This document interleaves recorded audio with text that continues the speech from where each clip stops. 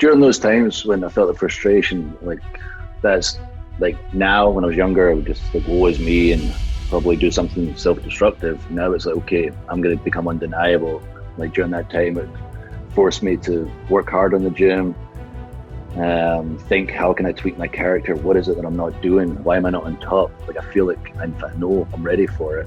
And I would just look at every area of my game, like literally just be honest with myself, take a step back and figure out what is it that's missing. Stand by. 3, 2, 1. The following program comes from executive producer Lilian Garcia. Every athlete is on this quest. Every performer dives in head first, battling real-life challenges and overcoming obstacles in an effort to make their dreams reality.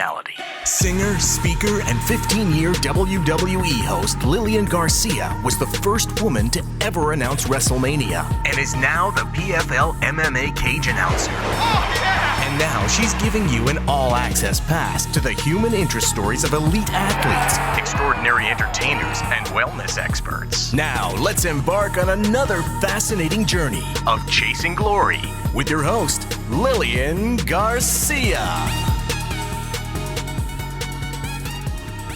Hey guys, welcome to Chasing Glory. I am Lilian Garcia, and if I sound somber, there's a reason.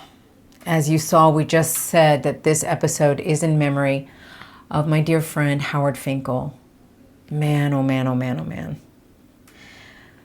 Guys, I know you're hearing this on Monday, but today is Thursday, the day that I got the news that Howard Finkel passed away. It was a very, very rough morning, and especially because this whole week has been really rough with the furloughs and layoffs at WWE, just a lot going on, and add everything else that's going on with the world with this pandemic, and it gets very heavy. But I want to talk about Howard, and talk about Howard in a way that you might not know the story. You know, my very first day on the job, August 23rd of 1999, I was told to just show up. It was in Iowa. I didn't know yet what the job was going to be. In my audition, I had done like backstage interviews, but it wasn't until that day, Monday, that I was told at 3:30 that afternoon that I was going to be taking over Howard Finkel's job as the brand new ring announcer for Monday Night Raw. Whoa. Talk about that moment being so heavy, so scary. I was emotional too, because replacing such a legend as Howard Finkel, I knew how much he loved that job. And I looked at him, I'll never forget, I looked at him and I'm like, how in the world am I going to do this? And he looked right at me and he says, because you can and you will, and I'll be right there to help you. And that's exactly what Howard did. So selfless. He could have been bitter about that because he'd been the announcer there for like 20 years. I mean, that was when you heard the voice of Monday Night Raw, you knew it was Howard Finkel. You heard those huge pay-per-views and WrestleMania. That was Howard Finkel. And here I come along with zero training, and I'm supposed to step in those shoes? Man, I tell you, it's crazy because it feels like it was just yesterday. But Howard and Tony Chimmel both really helped me. And anytime I had a question, anytime I needed any kind of advice, because I was learning on the job, I could go right to Howard because he said, anything you need. And I did. I went to him and I was like, I can't do this alone. I really need your help, please. And he was right there every single time, encouraging me, helping me. I mean, he mentored me without even knowing he was my mentor. And throughout the years, we created such a bond and a relationship from one ring announcer to another. I love being a ring announcer. I respect the job of being a ring announcer so much, which is why I still do it to this day. When the PFL called me and asked me to be the ring announcer for MMA, I didn't hesitate. I'm like, absolutely. I have a man that taught me what being a ring announcer was and how to cherish that position, how to create this special moment that really does start a match or starts a fight. And that was Howard Finkel's voice. And I worked so hard at it. I worked so hard because I wanted to respect what he left to me. He passed the torch to me. I will never forget that. And just his face, just that light that Howard Finkel had whenever he entered into a room. He just had so much love for the business, but for human beings, for the fans, for his co-workers. And I'm just so glad that it was just a few months ago that I reached out to him to see how he was doing. And I told him, Howard, I want you to know this. I want you to know how grateful I am for everything you did for that young girl that came in there that knew nothing about being a ring announcer and was put in that position. And you helped me win. You set me up to win. And of course, being Howard, humble, he's like, oh, I didn't do anything. Howard, you did. You not only set me up to win at my job, but you lit something in me so big in a position of being an announcer and really respecting that position and loving it and cherishing it so much. I love to introduce superstars and fighters and anyone who is getting into a position of putting their bodies on the line and working so hard at it. So Howard, thank you. I love you dearly. You will forever impact my life, forever be in my soul and in my heart. And any time that I get the opportunity, whether it's at WWE or at PFL or anywhere I'm inside a ring or in a cage, I'm going to be thinking of you. As I try to give those bigger than life introductions, I'm going to be thinking of you.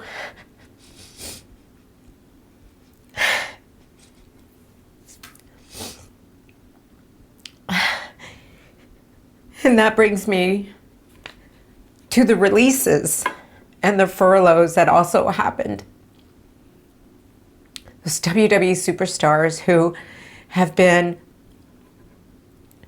affected by this coronavirus pandemic. We have from producers to announcers to referees and to superstars.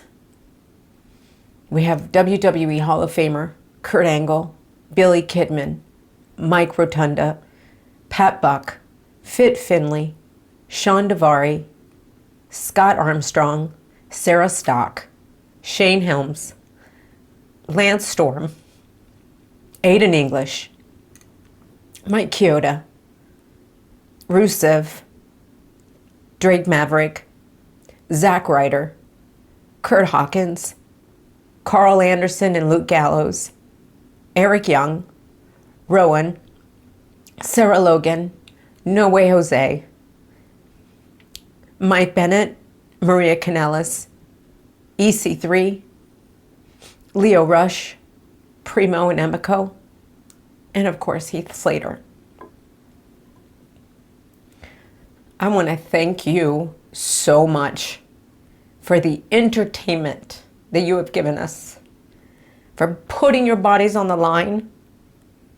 And a lot of the producers were former wrestlers. So yes, they put their bodies on the line. And even if they didn't wrestle, they were on planes. They were in hotel rooms. They were traveling 300 plus states a year. They were away from their families. There's so much sacrifice right here. So much sacrifice that I do want to point out something. None of this is fake.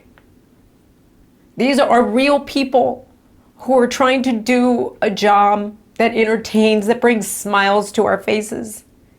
And now a lot of them can't go and just wrestle at independent shows, because there are no independent shows right now.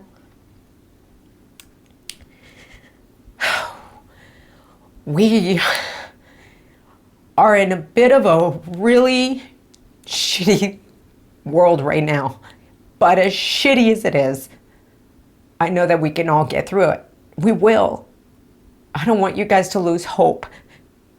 Look, it's okay to shed tears. If you have to shed tears right now, just shed tears. Let it out. Stick together. Communicate. Reach out to people. Going back to Howard Finkel, I'm so glad that I was able to have that conversation to let him know how much he meant to me. I want to tell you guys to do the same right now. If you have any family members, friends, anybody that has done something for you in this life that has helped you, reach out to them. I've reached out to a lot of these people too and just said, thank you. I'm sorry that you're going through this. Thank you for what you've done. And just know you can get through this.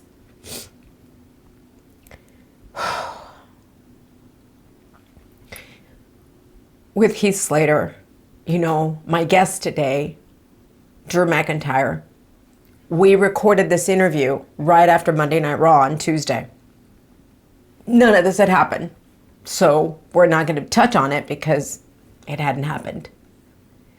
We spoke about Heath Slater, and we didn't know that he was going to be getting released the day after. He's a good guy. All of these people are so good. I'm just so lucky and grateful to have worked with like 95% of all of these people here. They've all affected my life. It is a family. And I can't wait to see them and hold them and hug them again. And one day we will all come together again. We will, I know it. And just want to thank you guys out there, the fans. You guys mean everything to us. And Drew McIntyre and I talk about that, about the importance of you and how he didn't get that opportunity, right, at WrestleMania, but how much he wants to be there with all of you, in front of you again. And it's going to happen. It's going to happen. Howard, thank you. To all these superstars and producers and announcers and referees, thank you. And any of you that are suffering out there, whether it is financial or you're losing loved ones, I'm sorry. We're all praying for each other. I think it's important to do that. And just know, it's going to be okay. It's going to be okay. We're going to get through this and we're going to be stronger because of it. I love you dearly, guys. I seriously do. Okay. I had Drew McIntyre on my show back in 2018. And when he won, man, I was like, I got to get your continued chase for glory. It's crazy, his story. It's insane, just all the ups and downs and then winning it the way he did. And he chose Chasing Glory to be the first podcast that he did right after winning the title. So Drew, thank you. I appreciate you making time for me and for the show and for everybody here. So guys, here we go. You're gonna love this interview because Drew's an amazing guy. Congratulations, Drew, you deserve this. Here is Drew McIntyre's continued journey of Chasing Glory. Born and raised in Scotland, Drew McIntyre began making a name for himself at the age of 15 in the Scottish wrestling scene. Although he grew up loving soccer, he knew there was only one place to be, and that was the WWE. Knowing he had to hone and polish his skills, he started wrestling locally for British Championship Wrestling out of Glasgow, Scotland. At 6 feet 5 inches tall, McIntyre easily made his presence known, and within a few years became one of the hottest prospects in all of Great Britain. After dominating the European wrestling scene, the WWE would scout and sign McIntyre to a contract. he dominated the company's developmental territories, and eventually he made his main roster debut, and within weeks would be christened the Chosen One by Vince McMahon himself. At the inaugural TLC pay-per-view in 2009, Drew McIntyre won his first WWE title when he defeated John Morrison for the Intercontinental Championship, where he held the prestigious title for 161 days. And he would prove that he wasn't just an ass-kicking machine when he partnered with Heath Slater and Jinder Mahal to form the highly entertaining 3MB.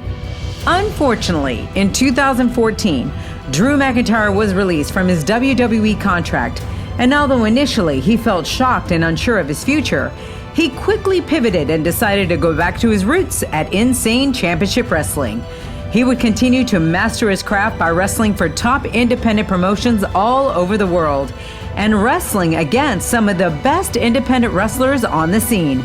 In early 2015, he would make his Impact Wrestling debut, and after 1 year of making that debut, he would become the first ever Scottish-born TNA World Heavyweight Champion.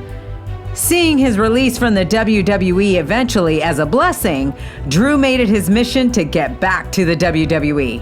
After 3 extremely successful years traveling all over the world, Drew McIntyre would re-sign with the WWE and join the NXT brand better than ever. At NXT TakeOver Brooklyn, McIntyre defeated Bobby Roode to become the NXT champion, where he would go on to hold it for 91 days. During the 2018 Superstar Shakeup, McIntyre would make his Monday Night Raw return, forming an allegiance with Dolph Ziggler, where he quickly put every superstar on notice. It was just a matter of time before McIntyre entered the main event scene by winning the 2020 Royal Rumble match. He made headlines at the history-making WrestleMania 36 by becoming the first British-born wrestler to win the WWE Championship when he defeated Brock Lesnar, and the first to do it under a unique and forced circumstance of 0 audience in attendance. Although winning the WWE title is a culmination of a 19-year journey, Drew promises the absolute best is yet to come. Get fired up as it's about to get real, raw, and inspiring with WWE Champion Drew McIntyre. All right, Drew, I'm so excited to have you. And I want to be completely upfront with people. You and I started this conversation, and all of a sudden I realized, and I looked and I said, I don't know what's happening, but it's not recording. Yeah, well, it was gold, everybody. So if this is not as good, like we had this amazing conversation, it probably would have won a bunch of awards, but nobody will ever know. But we'll know. We'll know. We'll still take we'll the know. awards. You know what? You're a champ, dude. You've been doing this for so long. You've had a great match, one after another. And I know that right now we can continue having an amazing conversation, and it will be golden. First of all, I want to welcome you back. I want to have me back. Yeah, I want to thank you for making time for us. I want to thank you the fact that I know you've been doing a lot of media since winning the championship, which we'll get into. But I also want to, it's special. It's special to me, Drew, that you're on here. It's special that you're making your first podcast appearance on Chasing Glory, and especially because of the conversation that you and I had in that one little room on the couch. And it was back in July 23rd of 2018. Think of yourself back then. Wow. 2 years. Time goes by too quick in this job. I remember asking Kane when I was like 23, 24. So I'd been on the road for a couple of years, or about a year at that time, and it had flown by. And I asked him, I was like, Glenn, has the past 20 years like flown by for you? The past year's gone kind of quick. And he just blankly looked at me and went, yes. I went, oh, okay. And sure enough, the past 12, 13 years or whatever have just flown by. It's unbelievable, like how quick things move in this job. Yeah. But I guess like things are slowing down now, and we were just kind of talking about briefly in a potential former conversation the world will never see about how we're all learning some lessons right now, and the biggest thing I'm trying to learn is to be more present, and that's a thing that I guess I struggled with, especially when I was home. So I think we can all use this time to better ourselves in a lot of ways. And when things go back to normal, hopefully we stick to all the lessons we learned during this time. I think it's true. I mean, this has been definitely a forced pause on the world. I think we were just go, go, go, go so much that the world, the God, whatever your universe, whatever you believe in, has been like, oh no, I've got to slow this train because you guys are missing the point. That's at least what I'm getting out of it. Yeah, and everyone it's amazing. Like, I generally didn't like social media in the past. Like, I just see so much negativity and whatnot on there. And then during this time, I've seen like everyone kind of come together with fitness challenges and supporting individuals that maybe have mental health and mental health problems. And, you know, people that haven't spoke to friends and family in a long time are downloading like Zoom that we're using right now. And they're all getting on there and talking. And I've been on with my friends from Scotland.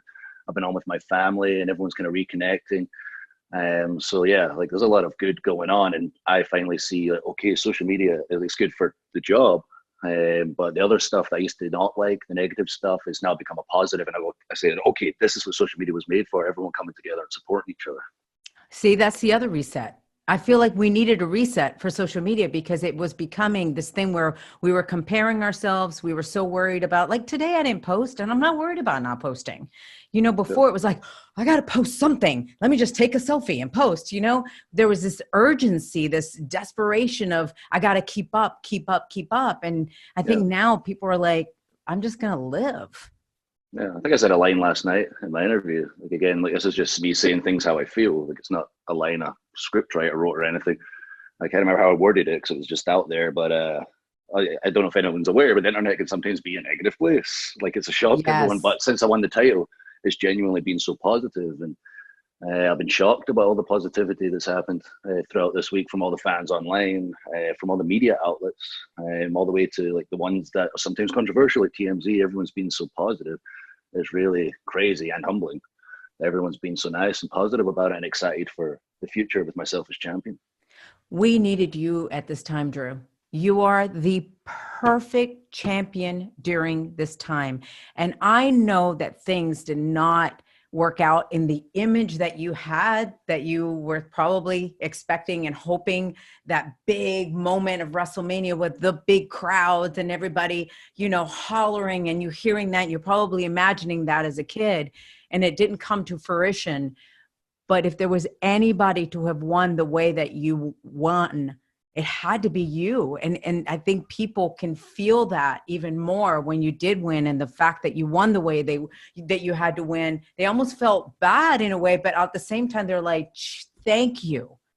Thank you for giving us some moment.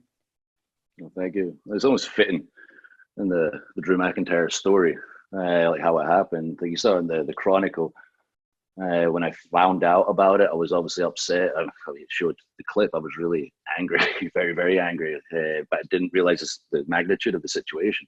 Yeah. Until I got back home, I was still feeling pretty down on myself, feeling like, I just worked so hard to get to this moment. It's all happening the way I imagined, but it's not going to happen the way I imagined. I can't believe this. And I started watching the news and realizing what was going on, and the fact that WWE was pushing forward with WrestleMania and going to give everybody an escape. The fact that I was going to fight Brock for the title in the main event, you know, that was bigger than my selfish reasons. And I started thinking, this is a positive. You know, we're going to give everyone an escape.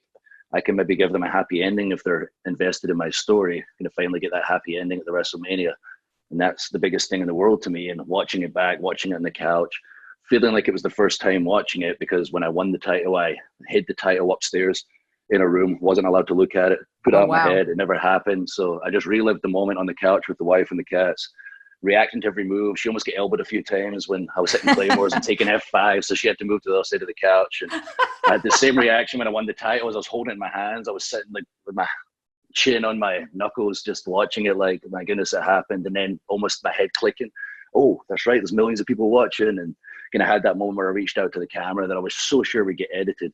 But it was just a real moment for me where I wanted to thank everyone that supported me to get me to this point and believed in me, and thank everybody for choosing WWE as an escape during this time. And that was very real, that moment. And they kept it in there. And that was my WrestleMania moment right there. That's the clip that will live on forever in the WrestleMania, that will live forever as the WrestleMania when the world stood still. What did it mean for you to be looking at the camera? Because, you know, they talk about, don't look at the camera, don't look at the camera, don't break that, right? But you got that opportunity. I mean, you just felt that, right? Yeah, I just did it. I had to just go with my gut now, and thankfully it's been working out for me. And I think all of us, all the superstars, just need to take risks. If it feels right, do it. Worst that can happen is you get told don't do it again. That's obviously a big one, but I just couldn't help myself. Like I just realized the situation, realized that there's millions around the world. There's not anyone here, and I have to just look at them. I don't want to like look off in the distance like I'm talking to an imaginary crowd. I wanted to look directly at them and tell them how I felt in that moment. And I felt very grateful. I just wanted to thank everybody, and I'm so glad that it stayed in there. I don't cry very often, but it brought some tears to my eyes on that couch. Yeah, I was going to ask you how, usually when you win, you go through the curtain. All of us are usually back there to congratulate the champion. You walk into your locker, everyone's congrats, Drew, congrats, Drew. Like, you didn't get that victory lap backstage after you won. I can't even imagine what that felt like. So here you are at home watching it, which never happens. And because you had to pre-tape it because of this whole pandemic. How was that for you though, afterwards, sitting there? And I was good with it. That's my version of a celebration now. Obviously in my 20s, as you know, you were with us at the time. We just hung out and partied all the time. That was the thing to do. And now my version of a good time is sitting with the wife and having a pizza or something. And I was good with that. And I'd accepted the situation for what it was. And I described this, I think, in a couple of interviews prior to Mania, that usually there would be the big crowd there, 80,000 people there, and they probably would have been behind me and doing the countdown with me, and big reaction, family and friends ringside, to the back, seeing everybody, the applause and whatnot, and in the locker room, and the adrenaline's going. And then, that doesn't exist. And the only time you truly let out your real emotion, because there's so much adrenaline going, is when you finally get back to the hotel, when you're by yourself or you're with your significant other, and you close that hotel room door and you take that title out. I've did this a few times with titles I've won over the years. As you take a moment, you look at it, and that's when the real emotion comes out. And in this situation, people got to see that moment. It was exactly like it would be in the hotel, because it was very quiet. It was very intimate. I had the title in my hands and I was off in my little Drew world like I would be in a hotel room, because there was no crowd cheering. So they got to share in that intimate moment where I was looking at the title like I would do, but I closed that hotel room door at the end of the night. And then I realized, oh crap, yeah, there's millions of people watching this Brock Lesnar lying there beside me. And then that's when I kind of kicked back in. But they got to see that moment that would usually be very personal. And I'm happy to share that with them. I've shared my whole adult life with the wrestling fans of the world, and I will, I guess, for the rest of my life. And I'm, very proud to have grown up in front of them all. what a beautiful gift that you gave everybody. And even telling that story, it's going to be even more meaningful when people go back and watch it and realize that that's exactly what you would have been doing in the hotel room or at home, that you got to do that in that moment. I think it's gorgeous. And it just really sets up, what we talk about here in Chasing Glory is going to look so different, so many ways. And it really is the attitude that you have along the way. Now, you've had many ups and you've had many downs. Oh, yeah. I want to, because we're on the topic of this whole pandemic, and I think it's such an important question that I want to see that you can maybe help people through this. Because back in 2014, when you were with 3MB, and things were going all right with you and Jinder and Heath, and you guys were doing your thing. But all of a sudden, you and Jinder, we were on everything. Yeah, you guys were booked in every tour, every TV show. Like, we were featured superstars. Right. All of a sudden, you and Jinder get the news, you're out. You've been let go. And so you were not prepared for that. It sideswiped you, right? It just took you right out. Your income's gone, your dream, like everything is just what? That's kind of what's happened here with pandemic for so many people. They were not prepared. And at that time, you even said it. You were wrestling, but you were partying. Your mind wasn't business. You didn't save a lot, any of that, right? Yeah. That's happened to a lot of people right now. Their lives have been sideswiped. They've just completely, everything's come to a halt. They've been losing their jobs. Some people have been losing family members. What would you say to people? Because you've been there in a different way, but maybe some of the lessons that you learned then can help people now. Yeah, it's, a lot of people's situation is a lot bigger bigger than mine at the time. But for me, like, it was difficult as it was at times. You know, I got upset, I got angry, I got so many emotions. I wanted to blame so many people, but I just kept trying to find the positivity and know that if I worked in every area I could possibly work on, to push myself forward, if I just believed that things are going to turn around eventually, and I keep my positive attitude. It's hard to do at times. It's really hard to do at times. I've been guilty of snapping and getting angry and getting upset. But if you keep that belief that things are going to pick up, and whatever you can do to assist the situation, and you can look yourself in the mirror and saying, I'm doing everything I possibly can to change my circumstances right now. And you just keep that belief. Trust me, as hard as it gets, when you're ready to give up, it could be just one more step and everything turns back around. So you just got to keep that belief. And I understand how hard it can be at times. In some people's situation, I can't understand it, but you just got to keep that faith.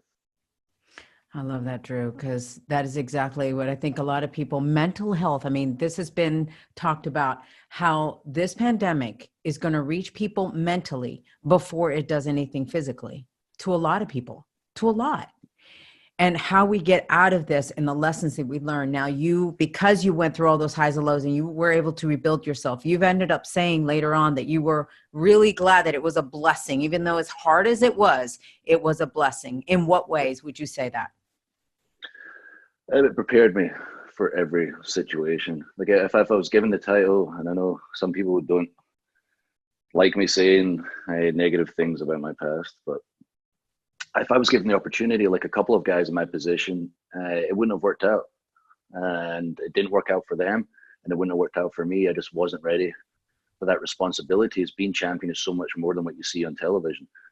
And all the ups and downs in the ring and out the ring, my personal life, and being fired. I've said it all along, this journey I've been on is unlike anybody else. It prepared me for any situation. I'm ready to not be one of the top guys. I'm ready to be the top guy. There's nothing you can throw at me in the ring, out the ring, and media that I'm not prepared for, and I'm not going to let the company down. Obviously, nobody could have predicted this situation, and I felt exactly the same when this started happening. Was I wanted even more. I want to be the one to carry the load. I want to represent WWE during this time, and it was my story to inspire people out there during this time on the show. If we're pushing forward as a company, if we're bringing everyone this unique entertainment every week to take their mind off everything, I want to be the guy representing, and I'm trained for the moment, and hopefully my story will help people out there, because I'll be talking about it every week, and I'll be overcoming is hopefully the storylines we're going to do going forward, because I want it all to be very real. Like everything, I just want 100% real. Like, you get the real Drew. I want real stories. Like Andrade last night, that was based on a real story. I tore my bicep. People could feel it. I could use real emotion, remembering how I felt when I tore my bicep. And then going forward, I want everything to be as real as it can absolutely be. I want people to feel it. And that's very big for me right now. It's just nothing is like put on. I want Drew McIntyre. You see Drew McIntyre, you know it's going to be real. You're going to feel it. Speaking of that, so you were in the ring last night and you were real. For me, I was like, this is so awesome. You are just you. I've gotten to know you through the years, so I see that, right? I'm not seeing Drew acting like a wrestler. I'm not seeing Drew acting like a good guy or bad guy, anything. It's you. What helped that transition? Because at first you felt like you had to do what the company was telling you to do, but now it's almost like you're being allowed to be you. What helped with that? Yeah, I've been trying to pinpoint the moment. I've done a few interviews, and I figured it was about the time I had a little injury, and I was like, and there's something not quite clicking, there's something missing. Like, I'm just big, angry Scottish guy who's done really well, wrestled Roman at WrestleMania, The Undertaker's match after the Goldberg match, that went really well, to get him looking good again. But there was just something not quite there where I couldn't see myself as the main guy. I'm like, just a couple of pieces left. I don't know what it is. And then when I came back, Ric Flair introduced me as a part of Team Flair and got me in the ring. And obviously Rick's the most charismatic man ever. He had me flexing. We had a good time. We had a good back and forth. I had a match with Ricochet. I'd Flair in my corner. He had Hogan in his corner, which is insane to me. Yeah. But I used that situation to start showing some more personality, and Flair would kind of direct me. And I got told, keep going with that theme. But Paul Heyman actually let me know the time where they kind of noticed, like, wait, he's got something more to give here. I mean, Paul kind of knew, but the boss, I think, maybe saw this, where I did a dark match one time, and this was kind of brought to my attention. And they asked me, can you buy some time? They're setting up the cage. So I just strolled out and went, yep, give me a microphone. Like, thank goodness I don't have a script. I'm not talking about eating carcasses or whatever I've been talking about for the past year and a half, that no human being does, no one talks like that. Right. So I just got the mic and I was myself, and I was just ad-libbing, which I'm way more comfortable doing. And I jumped up on the wall and I sat there and I just had a laugh with the crowd, and they were all engaged and we were kind of having a good banter back and forth, just with me as the conductor with a microphone. And I guess he saw that and went, oh, wow, I didn't know Drew could do that, basically. And I think that's, for the sound of things, what Paul told me, that's where it stemmed from, was the promo where I just sat on the wall and then just interacted with the crowd. And he saw the real Drew. He seemed like the real Drew in real life, but he hasn't seen it on screen. And he went, that's the guy. I need to put that guy on television. I went, oh, that's great, because that's just real me. That'd be way easier. Wow. I think people forget that. It's like, I don't know, because some guys, when they are themselves, it still doesn't work. So I think that was the other thing too. But I love that. I love that you've been let go, because even last night when you mentioned the line, I want to know if this line was there or not. Zelina's talking and she's waiting for like an applause, and you're like, and the crowd goes mild. Oh yeah, no, that wasn't in any script. Like, to be honest, like, I get the basic idea, the bullet points, and I always tell them, don't make me recite it, because it's going to sound like lines and I don't know what I'm going to say. Like, just tell me what I have to hit. But yeah, if I had any advice for any of the guys and girls out there doing these empty arena things, it's just go with the flow. Don't pretend there's a crowd there. Just feel the moment and just take it for what it is. Like, when I wave to the commentators, they're right there. There's no one else there. The cable guy got in my way. That's fine. It's real. People can see what's going on. I invited the cameraman in the ring, so I went to look down the camera. And sure enough, she gave this big introduction to Andrade, like you would do if there's a crowd there, so you get the big boo. And I couldn't help myself, and the crowd go mild. Like, stuff like that. Just, if it feels right, go with your gut and like just own the situation for what it is, and people will enjoy it a lot more. Yeah. Rather than, this is weird, they're talking to imaginary fans. Right. Don't do that, I would strongly suggest. Speaking of weird, though, it did look like you were really getting back at Andrade with the slaps. Like, holy cow. They look like they hurt so bad. Dude, was there a little bit? People have got it. No, there was no, like, Andrade hits freaking hard. He didn't hit me back. He gives as good as he gets. But again, it's part of the story. That match had to have a different feel to it. My matches do have a more aggressive feel to them. But with the story we had going in, I just wanted it to be pure aggression. Andrade's aggressive as hell. I'm aggressive as hell. We laid into each other. And what's his name? Theory, the kid, made a mistake. He grabbed my foot at one point. That's not part of the plan. He grabbed my foot, which is cool. The referee was distracted. He went with like his gut. It was a good heel move. But I looked around, I clocked him, and then I went, okay, this isn't my first day. I go with the flow. You're going to pay for that. Backdrop over the top rope, got out there. I went, who was it? It was you. Got him up and gave him probably the hardest job I've ever gave anyone in my life. He spun inside out. So that's a nice little gift today, or GIF, however you pronounce it. So welcome to Raw, kid. Did you get to talk to him afterwards? Did he say anything to you? No, he was happy. He was very happy. Yeah? Oh, yeah, I wrestled him when he was about 19 a few years ago. So it's good to see how far he's come. Oh, that's so cool. It's good. It's good. How many people are at the arena at the same time, though, when you guys are doing this now? It's very limited. It's bizarre, but also necessary considering the current circumstances. We're following the CDC guidelines, but I think we're taking even extra precautions just to make sure. So it is very bizarre. And like, if you find yourself going, this is annoying for a second, it's not annoying. This is just the way of the world right now. And we've got to be as safe as possible and protect everyone there. And at times I've got a locker room to myself. It's like WrestleMania. I sat there just by myself in a whole locker room, went, ooh, so this is what it's like to be Brock. I've got my own locker room, but it's just because of the safety guidelines. This is the way to be Brock. I love that. This is what it's like to be Brock. So yeah, it's different. It's interesting, but it's necessary. There's another interesting thing about the Brock match, like, because the backstage area before you walk through the curtain is so small. So I was standing there. There's nobody there. There's silence out in the arena, and I'm like, I can't believe this is the main event of WrestleMania against Brock, and like my adrenaline's going, but it's not where it should be for WrestleMania main event. And my music hit, and just something happened. I was just in the zone, like instantly. I got out there, got in the ring, I saw the Mania sign. It was all real to me. Brock came out, and he was 100% invested. The look in his eyes, like he was ready to eat me alive. In my head, if you could have read my mind, I was thinking, you pull any funny business in this match, Brock, I'll drop you for real. That's genuinely going through my head. And that was my favorite part, where we're staring each other down. And I was like, this is freaking cool. And I was so in the moment from the second my music hit, and especially when I saw Brock in his eyes. So, Wow. yeah, even with this current situation, there are cool moments like that where you just flip right into it. Yeah. My God, I never thought about that, how lonely it must be backstage. I mean, I have not encountered that. So I think about what backstage is like when I was there, and catering and everyone talking and the hallways being so packed all the time. And I can't even imagine how ghost town it must feel like. Yeah, it's pretty bizarre, especially when we're doing Raw live. You've got your live day where there's usually a lot going on, and there's a lot going on. I got to film a few things here and a few things there, but it was just myself kind of wandering across an empty area to each stage, and it is pretty, bizarre. But when the red light goes on, you're just back in the moment. That's home as far as I'm concerned. That's where I'm most comfortable. Yeah. All right. So let's talk about Brock, because this is really wild. While I was sitting there thinking back to the interview that you and I had before, thinking of Jinder, right? Thinking of you, Heath, Jinder. It's like Brock has been a storyline with or somewhere tied in. Let me explain. Obviously, we know, well, before, when we did our interview, I think that Jinder had won, but I don't think that Jinder had the opportunity yet to be going against Brock. No, I think they definitely won the title by that point, and he was supposed to have Brock, but then AJ beat him in the UK. Right. And then it was AJ and Brock, and they had that awesome match.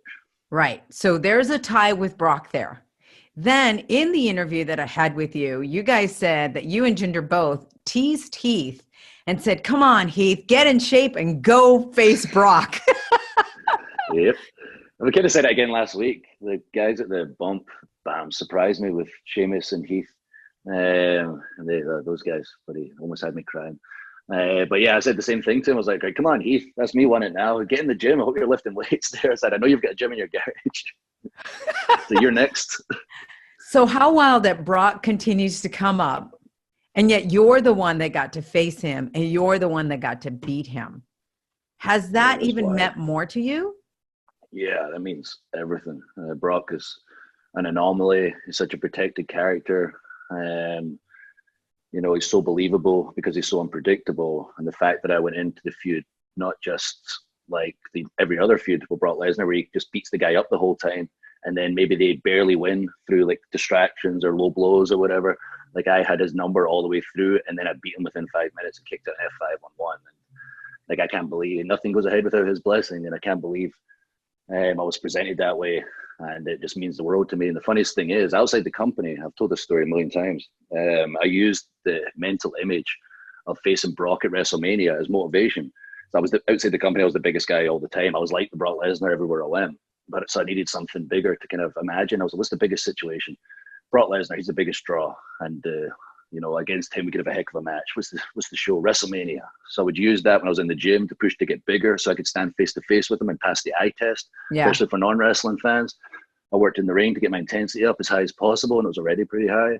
And I had to better myself, being my verbal skills on the microphone and on the camera, because he's got one of the greatest talkers of all time, Paul Heyman, by his side. Mm-hmm. So I used that scenario as motivation outside the company, and to inevitably kind of work my way through and get that exact situation. I keep saying maybe I should have envisioned being the president of the world or something. But would you really want that? No, not right now. But it's just crazy that I used that as motivation, and it literally came true. It's wild. I tell everybody, if you believe something hard enough, I believed when I was in Scotland, everyone told me you'll never be signed to WWE, that American thing.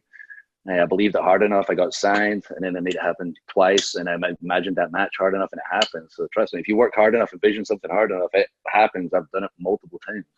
It might not exactly come out the way you thought, because obviously you were thinking huge stadium, that would happen that way, but it will happen just in the way that it's supposed to happen. Absolutely. And then in the end, it might even be more meaningful. Like in this, like Mania was, I think, more meaningful just considering the situation. And I've seen the replies and I've seen the messages and how much joy it brought so many people. And if I brought joy just to one person in this situation, I'd have been happy. But to bring it to thousands, and the social media numbers were astronomical.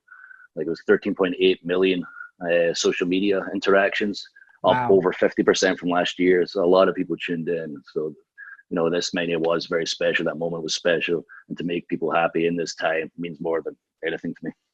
Okay, so do you visualize when you will be back in front of a crowd? Yes, I can see it. I can't give you an exact timeline. I've not visualized that yet, but I have visualized the moment. I want to go into the show as champion. Our fans are already passionate and rowdy to begin with. The fact that this situation's happened, they're going to be so excited for anything. And I want to walk out in front of them. You know, I had my WrestleMania moment when I reached into the camera and thanked everybody.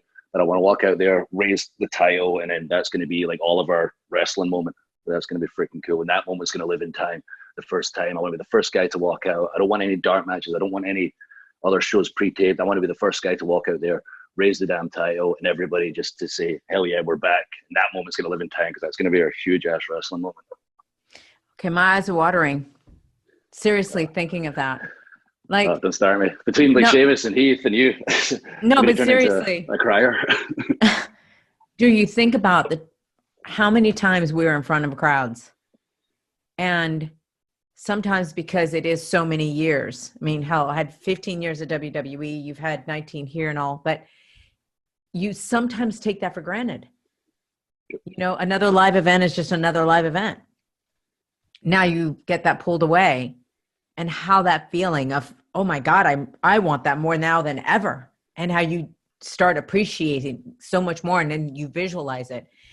And something that you've done for so many years, it's just walking out there in front of a crowd now can mean something so different.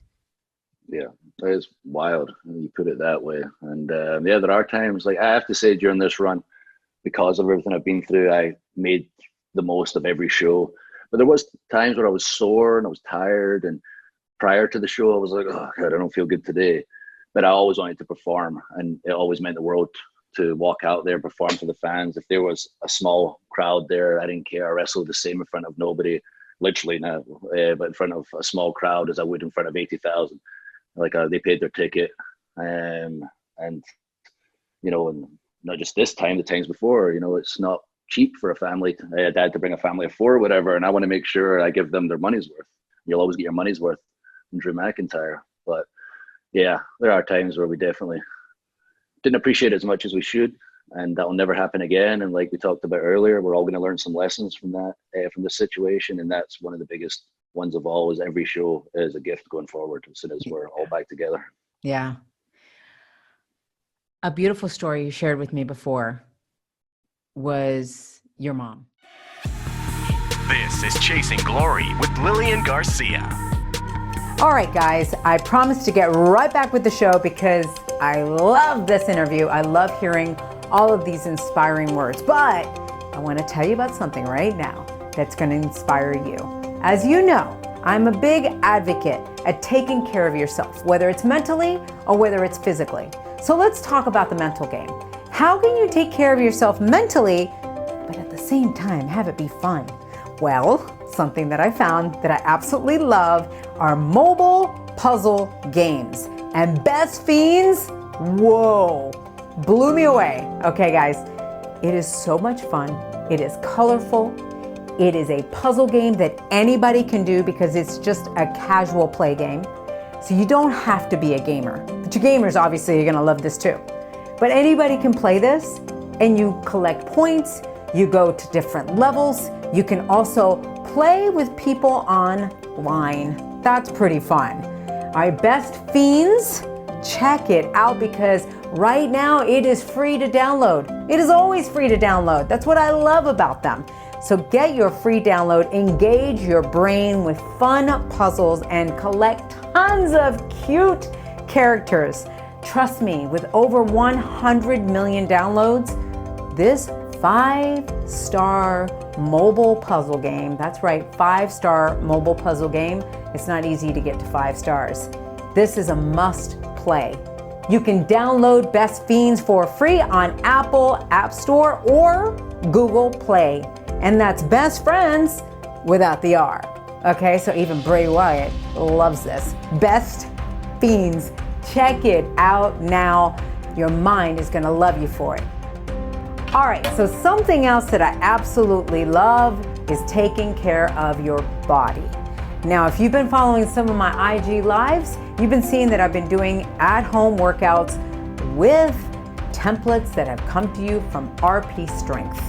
Who's RP Strength? All right, when I was looking for a workout program with something that would help me as I'm aging and as my body is starting to get softer and softer, I found RP Strength online. If you go to Instagram and you follow their RP Strength page, you're gonna see these before and after transformations that blew my mind, but I love their concepts. It was all about lifting heavy. And I remember I used to do that, and my body would definitely love that. I felt so strong. Okay, but the gyms closed down. So reached out immediately to RP Strength, and they had a solution because they made at-home templates. Now, I didn't have the dumbbells that they were talking about, and everybody online was sold out. So I started getting creative, grabbing some workout bands that I had, and also these water jugs that I had.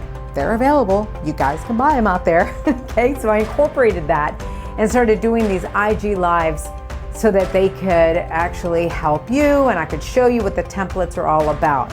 But all you have to do right now, if you haven't seen them, is just go to rpstrength.com. Now, they are doing such a deal for you because they have all these templates, they have a diet app, they have everything to set you up right now while you're at home so that you can feel better coming after this than before, okay? And all you have to do when you go to rpstrength.com, make sure you use the promo code Lilian20. That's Lilian, the number 20. That's gonna get you an additional 20% off. So they had a 60% off their $99. Now with the additional 20% off on that, these templates are now only gonna cost you $31. So that's it. $31 is your investment.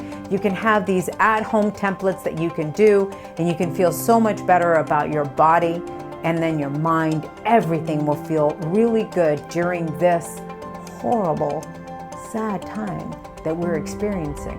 Do something for yourself to feel really, really good. And check out, they also have one-on-one coaching.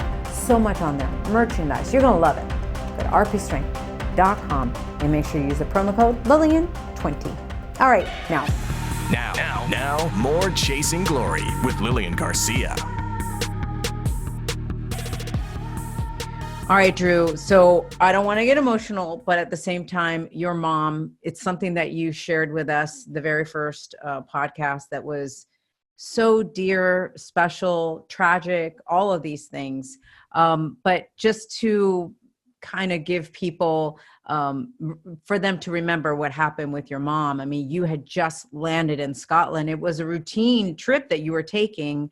And then all of a sudden, things didn't go the way that you had planned. Yeah, far from it. Like I landed, my dad and brother were at the airport, which was very unusual. We sat down and my dad explained what was going on. I didn't quite explain how bad it would get, but that she'd got sick again. And we went to the hospital, and then suddenly we're in a room finding out it was just a matter of hours, if we're lucky, a couple of days. And that period was one of the worst of my life, just sitting there and hardly able to talk. And when everyone else was asleep, just we had eye contact basically the whole time. So yeah, it really sucked during that period. But yeah, when I won that title, like she was there. She was always there. Yeah. The one guided me, and the one that guided me to my wife, who kind of changed things around for me since she's not here to do that part. So I got Caitlin now. Do you really? Because of her. Yeah, I was going to say, do you really feel like it was your mom that brought her absolutely. to you? Yeah, there's a reason. There's a reason she didn't leave me when I was being a freaking idiot for the first couple of years. Because I was still in rock star mode, let's say. Yeah.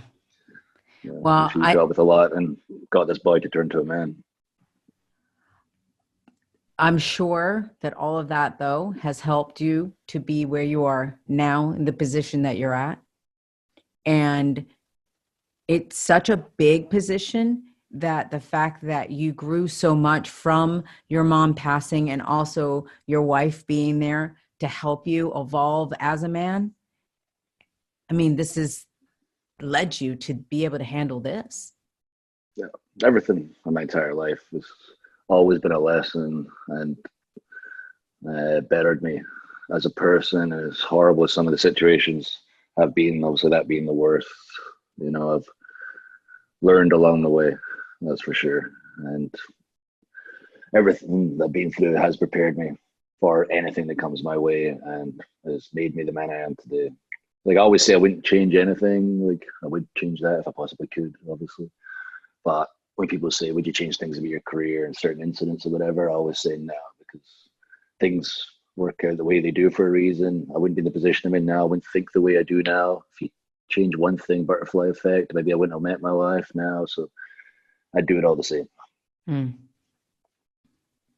Uh-oh, here we go. I know. You're gonna get me. You're gonna get me. No, but you were home in Scotland right before all of this happened. March 12th, in fact, you were at home. You didn't get to be there very long before all of this started happening, where they said, we got to bring you right back.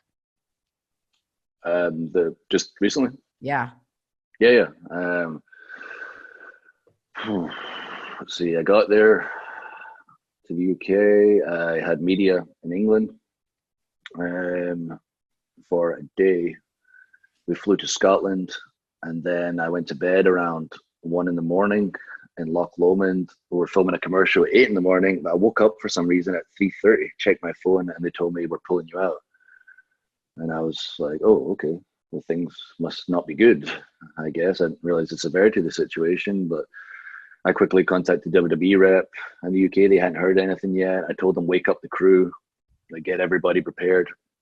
We're filming this thing early because my flight was now leaving from Glasgow at the time where we're supposed to finish the shoot. And I had to get there an hour early, and it was an hour drive. Wow. So we lost half the time to make the Braveheart style Rocky commercial. And so everyone got dragged out of bed, got ready. I was kind of on them, just like, sorry, but let's get to work. We've spent a lot of time in BT sport in the UK. Had spent a lot of money. So we got to work. It was so freaking cold, but they did such an awesome job, and the commercial came out great. But yeah, it was literally a day, and then 3:30 in the morning, I got told, we're pulling you out. I got on a flight to fly to Toronto for the live event, and there was no Wi-Fi on the plane.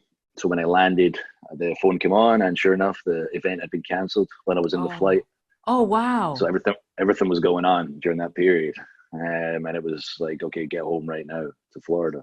And that's kind of when the anger and disappointment kind of started turning into, oh my goodness, this is way worse than I thought.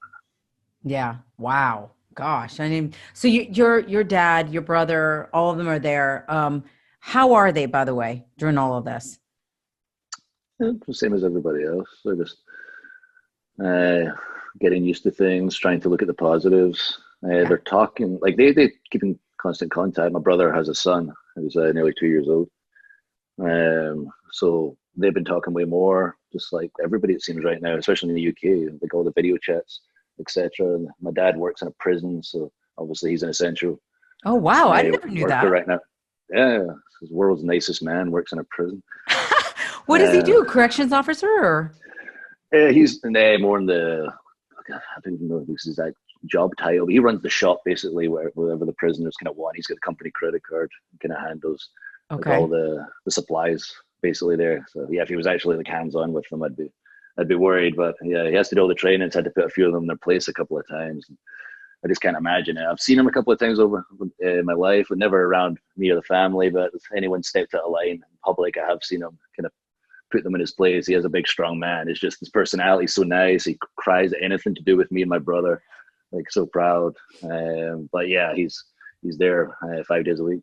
Wow. I can't imagine how he was, because was he planning on coming for WrestleMania? Oh yeah, everyone was coming. My dad and his wife were coming. My brother, his wife were coming. My aunt and uncle, my cousin and her boyfriend, like basically the whole family were making their way over, especially after the Royal Rumble. When my brother said, I have to be there, like I'm coming. Yeah. As soon as the Rumble happened. So yeah, things like that. It's disappointing, but I got to see them on the Zoom afterwards. I talked to them before. We actually maybe have the footage, maybe in a future WWE special. We might see the footage. Like us talking on the Zoom and everybody on the screen. Oh, that's cool. So it was pretty cool. My dad couldn't speak for about half an hour, so he had to send me a video eventually of himself and his wife opening a new bottle of champagne and cheersing. He still couldn't talk in the video, but he was able to Why get a was couple he of words out. emotional? Oh yeah, he's the world's most emotional man. That's where you get saying it. this in every interview. So yeah, I get my toughness from my mom, and yeah, the emotional, nice guy side I guess from my dad. That's cool though. I love men that can tap into their emotional side. I really do. I think it's important. And I think that more and more we need to talk about that. I think that you're in a position, I mean, for me to be like, hey, men, go ahead and share your emotions is one thing. But if you, 6'5", the champion, can say to another guy, it's okay to cry. It's okay to show your emotions. I think it's good to give people permission, and that's a release, because I think that helps mental health.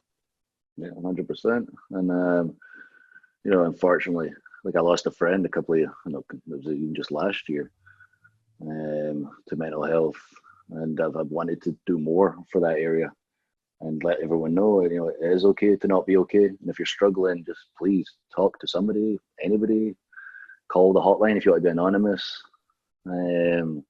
whatever it takes, because it's hard bottling it all up inside, and it does feel good to let it out. I'm just so fortunate, I've got the wife, I can bend her ear all the time, and my family.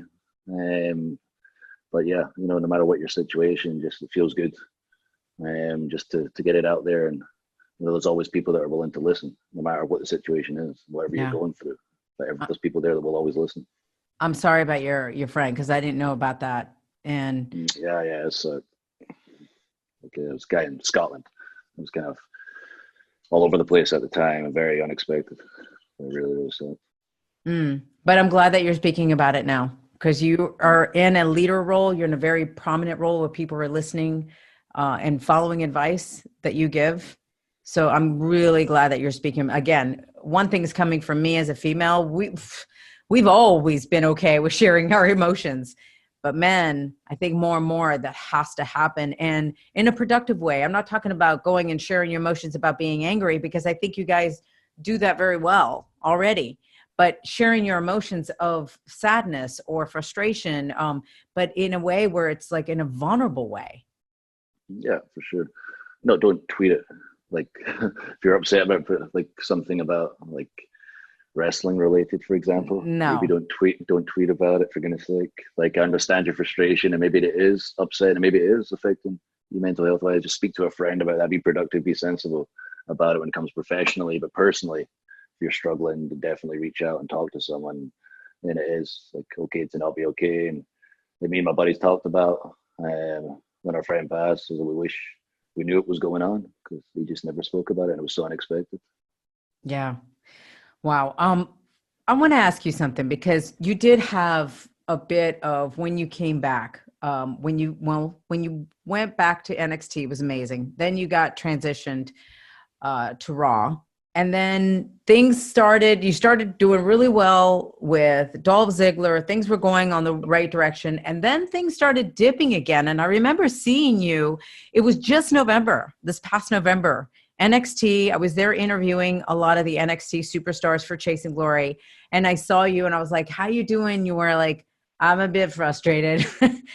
I'm ready. I didn't come here to be anything but the top person. And I'm just frustrated, and I'm just so ready, and I'm so ready, and I'm so ready. Can you take us to the moment that it went from that to now you're champ? What happened? Like during those times when I felt the frustration, like that's like now when I was younger, I would just like, woe is me, and probably do something self-destructive. Now it's like, okay, I'm going to become undeniable. Like during that time, it forced me to work hard on the gym, think, how can I tweak my character? What is it that I'm not doing? Why am I not on top? Like I feel like I'm ready for it. And I would just look at every area of my game, like literally just be honest with myself, take a step back and figure out what is it that's missing. Like, and use that frustration productively rather than against myself. And like my wife's great for this situation because she's not a wrestling fan. Still won't watch the show and like will only watch my stuff. But I prefer that because it gives an opinion outside, and I'll ask her just to like, okay, for you, like, you're not a fan, like what do I need to be doing different? What is it that's not like connecting with you as somebody that doesn't watch wrestling? And she would give her honest opinion, like very much so sometimes. Yeah. She'll always keep my feet on the ground. But yeah, then that's like what you got to do. You just got to look at yourself honestly and think, okay, what is it that's missing exactly? And eventually, if you keep working hard, you keep bettering yourself, things will 100% work out. And mine, I guess, was that thing. The final pieces was the character just wasn't quite there, wasn't connecting, because the 6'5" hairy giant Scotsman who was angry all the time wasn't relatable, except to the other 6'5" giant hairy Scotsman angry in Scotland going, I get that guy. Just for the rest of the world didn't quite get me, and that's what I had to figure out, and that's why we're on the right track now, is because those final pieces, were figured out. That's exactly what we're talking about. Like when I said just teaching men about being able to be vulnerable, you allowing the vulnerability, you allowing you to be you allowing to be real and not just be angry all the time, is what has made people connect with you. So that's my point of vulnerability is a strength. Yeah, 100%. And it's made such a difference to go out there and I guess show more, like, not just personality, but more of my emotions, like, and how I really feel. And that's, I guess, the biggest thing, even to the boss himself, who says, you're not playing a part, you are the part. You can see you genuinely mean it. Like, when I'm thanking everyone for letting me in the living room, and all of the superstars feel the same. That's not something I'm told to go say because that's what the company wants the message out there. That's me genuinely saying thank you, and hopefully my eyes and convey that. That's why I wanted the guy in the ring, the cameraman, get in here, like, look in my eyes, like, see I'm being serious. This is not something I'm told to say. This is something I mean. Yeah, I love that. Like you say, like, don't play a part, be the part. The Undertaker used to tell me when I was 24, and I never understood his lessons. He used to talk in riddles all the time. But it's amazing. Like, these days, it's amazing how, like, we're talking the same wavelength. He's like such a legend. It's so awesome. He had that awesome match with AJ. But when I was younger, bloody hell, I'd talk to Sheamus, who was had Triple H in charge of him on Raw, and I'd take her in charge of me on SmackDown. He'd talk about how Hunter sat him down and explained it step by step, and Taker would sit there and just kind of give riddles that I could never figure out. It's like, stop playing the wrestler and be the wrestler. I'd walk away like, what the hell is he talking about? He's giving me these riddles. Finally, when the light bulb went off, I was like, okay. He was giving all these lessons. I just didn't understand what he was saying. I was like talking a different language at the time. Yeah. So, oh my God. I look back at that. It is fun to look back at that. Oh my God. That's priceless, dude. That's priceless. Do you ever another one? God, that's a lined up as like clips on the internet. Like when things that Undertaker said to young Drew when I tried to grow a beard for the first time. What was it? He said, I've got more hair on my ass than you've got in your face, boy. So these are the things that are going to be all over the dirt sheets. I love it. I love it. That's so great. Oh man, but thank goodness for people like The Undertaker, just even in riddles, because that stays with you. Always stayed with me. He's a freaking man in every possible way, and that's the kind of leader like I want to be like. You just knew, like, it's in Romans that you can tell as well. He's got that same kind of presence. Like, you just know, like, that guy's the man right there. And that's like, if I got a question, if I'm unsure about something, I want to go to that guy. And that's like, hopefully the other talent know they can always come to me and ask, because I've been through so many unique situations and I'm always there. Like, I won't force myself on anyone. If you've got a question, I'm always there to answer. Mm-hmm. Well, now you're in a very small club, because not only have you and Brock performed in front of, obviously, everybody who performed at WrestleMania, but winning the championship. But do you remember, this was not forced, that's the difference, but do you remember 1999? It was called the Halftime Heat match with The Rock and Mick Foley. Yeah, and Mick Foley won the championship. And there was no audience. But like I said, the difference is that wasn't forced. But you're part of that club, which is kind of cool. Yeah, that's pretty cool. Yeah, I never thought about that, like the empty arena match. I remember Terry Funk had a few good ones as well back in the day, but as a kid, that was like the big match for me. Like, wow, this is so cool, like in the empty arena. And obviously, with those two guys, are so entertaining, and especially The Rock did the commentary the whole time. Like, that was a really cool match, I remember. As a kid. Well, you're part of that club now. It's wild. There's a few clubs I've been seeing people giving me facts. So the internet's great. They always update me for all the facts because I forget half of my career, and they always remember everything for me. And I know, like, Seth stomped me out last night, so we'll address that next week. But someone did point out to me, myself and Seth are the only ones to have won the FCW, the NXT, and the WWE titles, which is pretty interesting. Oh, wow. I didn't even put that together. That's amazing. Oh, never did I. They told me. I was like, all right, maybe that'll come into play going forward. I don't quite know yet. All I know is he stomped me twice. And so I wanted to ask you about that. How do you feel about starting this angle now with Seth? I'm excited. Like, Seth and I obviously have history together with when he was champion himself and when he was part of the Shield. That's been like my primary feuds, I guess, that I've been part of. And now with the roles reversed and Seth doing this Messiah deal, I think it's going to be pretty interesting. And I know it's going to lead to some great matches. That's the part that's for sure. But I'm excited with the prospect of the story because, like I say, I want everything from now on to be real and to be like very good from a story perspective. And, you know, he's got a cool new thing going on. I'm just Drew now. And so it's like the roles are switched. So it's fresh again. Plus, I was in groups for so long. Like I've said to everyone when I was talking about being frustrated, I was like, man, I just keep moving from group to group to group. Like Dolph and I, that was cool.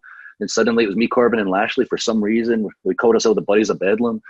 And we just lose to the Shield all the time. And then I was with Shane, which was cool because I learned a lot from Shane. But it was always groups that I was part of. And then things work out the way they work out for a reason. You just, again, you got to keep that positivity that things are going to work out and work hard to make it happen. Because inevitably, when I won the title, I was talking to one of the writers and he pointed out, you know, that you can feud with anyone because you've not feuded with anyone when you're part of groups. So I used to get annoyed about that. I'm the first champion that's got fresh feuds with everybody.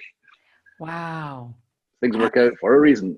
Things work out for a reason. Well, I'm excited to see what you and Seth do. And I do love this new look, this whole new persona that Seth's got. And I love you as you being you and just expanding that. And so I'm excited for you, dude. I'm so excited thank you for seriously what you guys are doing. You're still, you know, putting on shows. You're still trying to entertain the crowds and entertain all of us in a different way in our homes. But you're putting yourselves on the line by doing that as well. Yeah, and we happily do it. Like that's what it's all about right now. Everyone's doing their part where they can. And if WWE can keep pushing forward and keep following, you know, the safety protocols to a T and just take everyone's mind off it for, you know, Monday, Wednesday, Friday, then we are more than happy to do it. There's not one person that's there complaining about it. So every single person feels the same, like we're doing a good thing right here. And if it, again, for me personally, if I made one person happy for 3 hours they're watching Raw, then it was worth it. Yeah. So to do it for multiple people, more than worth it. Well, you've done it for a lot of people here on Chasing Glory because they really do tune into the show for some inspiration. As we say here, real, raw, inspiring. So thank you, Drew. I love you dearly as a person. Just seriously, I'm so proud of you. I'm so happy for you. You deserve this. You earned it. And it's just cherish it, as I know you will. And this will all make sense in the end. Absolutely. That's the thing. Just keep the faith, you know, be positive. And like I say, just when it seems like it's too much and you're ready to give up, just this one more step and things can all turn around. Mm-hmm. I remember asking you this at the very end last time when I said, has your chase for glory looked the way you thought it was going to look? And you had said before all this, like I said, this was July 2018, but you had said, no, but you were very grateful that it didn't look. And now here we are again, it looking so different. Yeah, the answer again is no. My career is never going to look normal. And that's what's normal for Drew McIntyre, is that it's never going to be normal. And it's going to make a heck of a movie and a book one day. I'm going to get The Rock to make my movie one day. It's been so crazy. Also, before I forget, I've got this thing right here. Yes! Look at these plates. Oh, Brock's plates didn't look great. But I quite like my plate. Oh, show it off one more time. Show it off one more time, dude. That is amazing. Oh, sweet. Cool. I keep it beside me just to remind myself that it's real. It's like real. In the office here. Dude, you've earned it. It took a long time, but you know, it's the same thing. Even when Kofi won it, everybody could appreciate him winning it even more because it was such a long time to get there. And here such a long time and your ups and your downs but you never stopping. I love that. And it really is a hero story. So thank you. No, thank you. Kofi was really cool about it when I won. Himself and Morrison were talking and they saw me with the title and we've obviously known each other, all three of us, for a very long time. So they were both, you know, very happy for me. So that was a cool moment. The guys I go way back with. Yeah. Does Morrison look at, now that he's back, does he look at it and does he say anything like he wants it to? Of course. So we all want to, like, if you're in the company, you're not inspiring to be WWE champion, then why are you even like in the company in the first place? You should always think big. Just trust me, if you work hard enough, things will things will happen. You're a doll, Drew. I love you dearly. I seriously, your heart, you're everything. You just work so hard. You're such an inspiration. I meant it when I said it. You really are the perfect person for all of this to be happening during this time. I don't know if you believe in God, but like I do, God had this big plan for you. Thank you. And I always say that I do believe things go the way they go and work out the way they do for a reason. Because in my experience, you always get to the destination as long as you keep the faith, and you will get frustrated along the way. You will get angry along the way and upset. But as long as you keep working hard and keep believing things are going to turn around, and you're doing what you can to turn them around, and they always do. Yeah. Like when I was younger and I wasn't giving it my all and I didn't have any faith, things were going to turn around. They didn't. So positivity brings positivity. Negativity can only bring one thing. It can only bring one thing. I know. And there's so many people that are going to be suffering through this right now and feeling so negative and down and, money wise too. I know it's a crazy thing, but hopefully it can make us realize that here in America, we're richer than we really think we are. And just the small things, not to take them for granted. Yeah, I really hope people start seeing that. When I see things like the Venice canals clearing up and dolphins in there, and like the world is like healing itself, and people are becoming better people. And like I say, for me personally, just becoming more present with life and not talking about wrestling 100% of the time when I'm home. Yeah. And being in the moment. Life goes by so quick, and I know for other people with regular jobs and their kids and stuff, life moves so fast now where everyone's slowing down and appreciating. It's bringing people closer together, and I just hope we don't lose that, and I hope we don't keep messing up the earth again. If I see the Venice Canal get dirty again, I'm going to fly over there and beat everyone up. All right. Well, people are going to continue, as we were saying, social media is so important. Let everybody know how to find you on social media. Oh no, I'm on the Wasn't spot. it D McIntyre? Yes, it was at D McIntyre WWE. That's the one, on Twitter and Instagram. WWE run my Facebook. People keep getting annoyed with me back in Scotland that I actually know, because they keep sending messages on the WWE Facebook. I don't post that. Sometimes the words are not even words I would say. I have to message them and say, change that wording. I would never say that. So It's not me on Facebook, just so you know. It's WWE. So Twitter and Instagram, get me there. Okay, awesome. Thank you, Drew. Thank you, my dear. Take care. This is Chasing Glory with Lilian Garcia. Thank you so much for watching. Make sure you guys subscribe to this channel so that you don't miss a single video or live stream. And definitely share this with a friend. All right, follow the show at Chasing Glory on Instagram, at Lilian Garcia on Instagram and Twitter, and Lilian Garcia official fan page on Facebook. For everything Chasing Glory, just go to chasingglory.com. Until next week, go out there and live with much peace, love, and passion. And remember, always be yourself and trust that it's enough. Mwah. See you guys. Bye. Thanks for joining us here on Chasing Glory from executive producer Lilian Garcia.